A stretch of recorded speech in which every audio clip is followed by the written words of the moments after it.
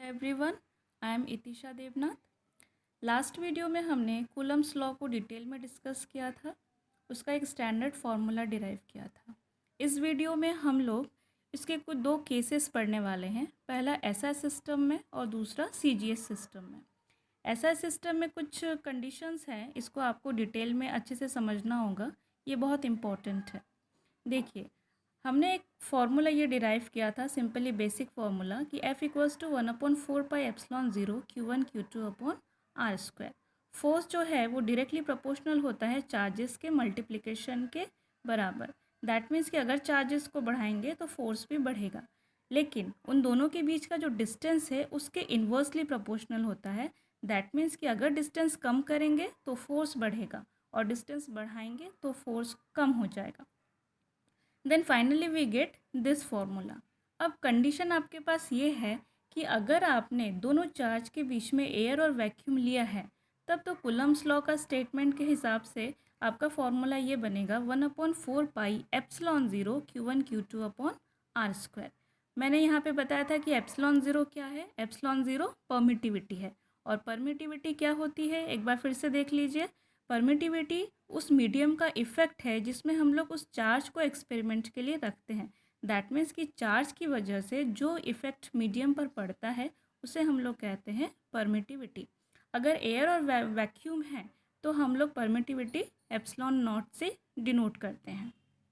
Similarly एक दूसरा condition ये है कि अगर आपने दोनों चार्जेस के बीच में एयर और वैक्यूम के अलावा कोई दूसरा मीडियम लिया है, तो उस वक्त आपके पास जो फॉर्मूला बनेगा वो ऐसा होगा F equals to 1/4πε Q1 Q2 upon R square. यहाँ पे परमिटिविटी को आप सिर्फ एप्सिलॉन से शो करेंगे। इस एप्सिलॉन को आप इस तरीके से फॉर्मूले में रख सकते हैं, epsilon zero into epsilon R. अब देखिए, एप्सिलॉन ज़ीरो को मैंने आपको अच्छे से बताया है कि एप्सिलॉन ज़ीरो क्या है, एयर और वैक्यूम की परमिटिविटी है। और एप्सिलॉन आर एक नया इंट्रोड्यूस हुआ है यहाँ पर। इस एप्सिलॉन आर को बोला जाता है डाई इलेक्ट्रिक कांस्टेंट, या इसको रिलेटिव परमिटिविटी भी बोला जाता है। इसका एक और नाम है, वो है स्पेसिफिक इंडक्टिव कैपेसिटी। अब इस रिलेशन से आप एप्सिलॉन आर को निकाल सकते हैं, that is epsilon upon epsilon zero. अब एप्सिलॉन क्या है? एप्सिलॉन वो परमिटिविटी है जो दूसरे मीडियम में यूज़ किया गया है, और एप्सिलॉन नॉट वो परमिटिविटी है जो एयर और वैक्यूम में यूज़ हुआ है। अब इन दोनों का जो रेशो होगा उसी को ही हम लोग कहते हैं एप्सिलॉन आर, मतलब dielectric constant. It is clear? अब इसको आप दूसरे तरीके से, एक और तरीके से समझ सकते हैं। फॉर एग्ज़ाम्पल, आपने जो एयर और वैक्यूम के लिए फोर्स निकाला है और जो अनदर मीडियम के लिए फोर्स निकाला है, इन दोनों को आप, इन दोनों का रेशो निकालिए। जब हम इनकी वैल्यूज़ को रखते हैं, सारे टर्म्स कैंसल आउट होंगे एप्सिलॉन नॉट और एप्सिलॉन को छोड़कर। फिर ये टर्म ऊपर जाके एप्सिलॉन अपॉन एप्सिलॉन ज़ीरो हो जाएगा। दैट मीन्स कि epsilon upon epsilon zero equals to क्या होता है, हमने यहाँ पर देखा था एप्सिलॉन आर। तो डाइलेक्ट्रिक कांस्टेंट की एक और डेफिनेशन ये भी हो गई है, जिससे आप ये कह सकते हैं कि एयर या वैक्यूम में लगने वाला फोर्स और दूसरे मीडियम में लगने वाले फोर्स का जो रेशो है उसी को ही हम लोग डाइलेक्ट्रिक कांस्टेंट बोलते हैं। कहीं कहीं पे डाइलेक्ट्रिक कांस्टेंट को कैपिटल के से भी डिनोट किया जाता है, पर हमने इसे कूलम कांस्टेंट के हिसाब से इंट्रोड्यूस किया था, इसलिए हम लोग डाइलेक्ट्रिक को एप्सिलॉन आर से ही डिनोट करेंगे। इसी तरीके से आप इसको ऐसे सिंपली डिफाइन कर सकते हो, dielectric constant is the ratio of force between the charges in air to the force between the charges in medium. मतलब दो अलग अलग मीडियम के बीच में जो फोर्सेस लगेगा उनके रेशो को ही हम लोग डाइलेक्ट्रिक कांस्टेंट कहते हैं। सेकेंड केस है आपका इन सीजीएस सिस्टम। सीजीएस सिस्टम में जो के है उस के की वैल्यू होती है आपकी 1।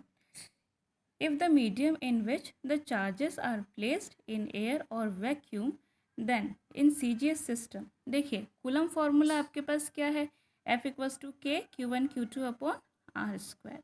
यहाँ पे के की वैल्यू को आप क्या रखेंगे 1, देन वी गेट दिस। अब सीजीएस सिस्टम है तो फोर्स की यूनिट क्या हो जाएगी, डाइन। इसी तरीके से अगर आप एयर और वैक्यूम के अलावा दूसरा कोई मीडियम लेते हैं तो आपके पास के की वैल्यू होती है 1/ε r। जब आप इस वैल्यू को के की वैल्यू को यहाँ रखेंगे then we get F equals to 1/ε r Q1 Q2/r²। दोनों मीडियम की अलग अलग वैल्यू है, इसको आपको ध्यान रखना है। Now we discuss unit charge. ये बहुत सिंपल कॉन्सेप्ट है। देखिए ऐसा सिस्टम में हमारे पास फोर्स की सिंपल इक्वेशन ये वाली होती है कूलम्स लॉ पे। इसमें आपको कुछ बेसिक फार्मूला पुट करना है।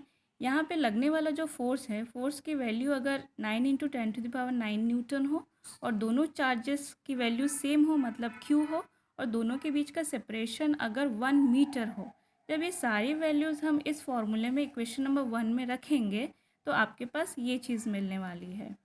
यहाँ पर 1/4πε0 की वैल्यू है 9 × 10⁹ ये आपस में कैंसिल आउट हो जाएंगे। Q² equals to 1, that means Q equals to ±1।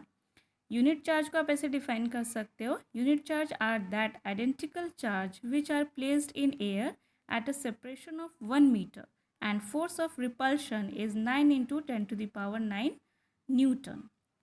इस यूनिट चार्ज को 1 कूलम चार्ज भी कहा जाता है। Thank you very much.